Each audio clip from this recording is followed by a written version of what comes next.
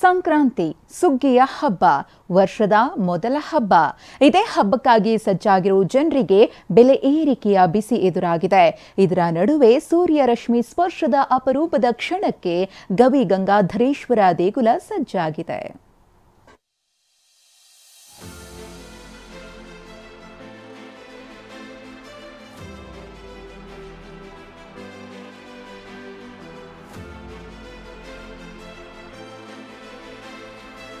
ವರ್ಷದ ಮೊದಲ ಹಬ್ಬಕ್ಕೆ ದುಬಾರಿ ಸ್ವಾಗತ.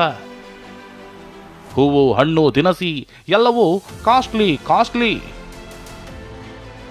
ಹೊಸ ವರ್ಷದ ಮೊದಲ ಹಬ್ಬ ಸಂಕ್ರಾಂತಿ ಎದುರಾಗಿದೆ. ಸುಗ್ಗಿ ಹಬ್ಬ ಅದ್ದೂರಿಯಾಗಿ ಆಚರಿಸೋಕೆ ಬೆಂಗಳೂರಿಗರು ಸಜ್ಜಾಗಿದ್ದಾರೆ. ನಾಳೆ ಬೆಳಗಾಗ್ತಿದ್ದಂತೆ ನಾಡಿನೆಲ್ಲೆಡೆ ಸಂಕ್ರಾಂತಿ ಸಂಭ್ರಮ ಇರಲಿದೆ.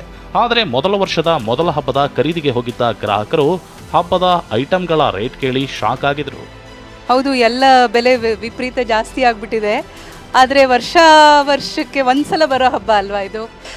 ಅದು ಸುಗ್ಗಿ ಹಬ್ಬ, ಯಾರು ತಾನೇ ಬಿಡೋಕ್ಕಾಗತ್ತೆ. ಅದರಿಂದ ಇದರಲ್ಲಿ ಎಲ್ಲರೂ ಜೋರಾಗೆ ಮಾಡ್ತಾ ಇದ್ದೀವಿ ಅಂತ ಕಾಣುತ್ತೆ ಎಲ್ಲರಿಗೂ. ಅಷ್ಟಕ್ಕೂ ಯಾವ ವಸ್ತು ಬೆಲೆ ಎಷ್ಟಿದೆ ಅನ್ನೋದನ್ನ ನೋಡಿದ್ರೆ,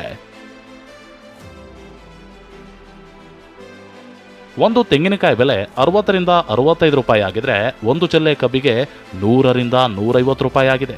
ಇನ್ನು 1 ಕೆಜಿ ಗೆಣಸು 100 ರೂಪಾಯಿಗೆ ಏರಿದ್ರೆ, ಕಡಲೆಕಾಯಿ ಬೆಲೆ 140 ರಿಂದ 150 ರೂಪಾಯಿ ಆಗಿದೆ. ಹಬ್ಬದ ಅತಿಥಿಗಳಿಗೆ ಎಳ್ಳು ಬೆಲ್ಲ ಮಿಕ್ಸ್ ಮಾಡಿ ಪ್ಯಾಕೆಟ್ ಕೊಡೋಣ ಅಂದ್ರೆ 1 ಕೆಜಿಗೆ 200 ರೂಪಾಯಿ ಆಗಿದೆ. ಅವರೆಕಾಯಿ 1 ಕೆಜಿಗೆ 120 ರಿಂದ 150 ರೂಪಾಯಿ ಆಗಿದೆ.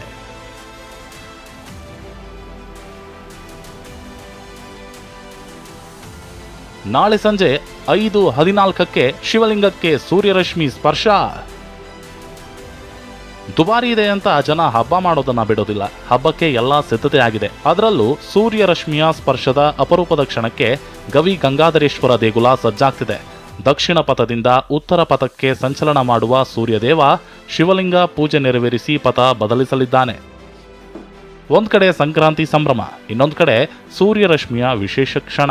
ಇದೇ ಸಂದರ್ಭಕ್ಕಾಗಿ ಬೆಂಗಳೂರಿಗರು ಎದುರು ನೋಡ್ತಿದ್ದಾರೆ. ವಿನಯ್ ಕಾಶಪ್ಪನವರ ಜೊತೆ ಶಾಂತಮೂರ್ತಿ, TV9 ಬೆಂಗಳೂರು.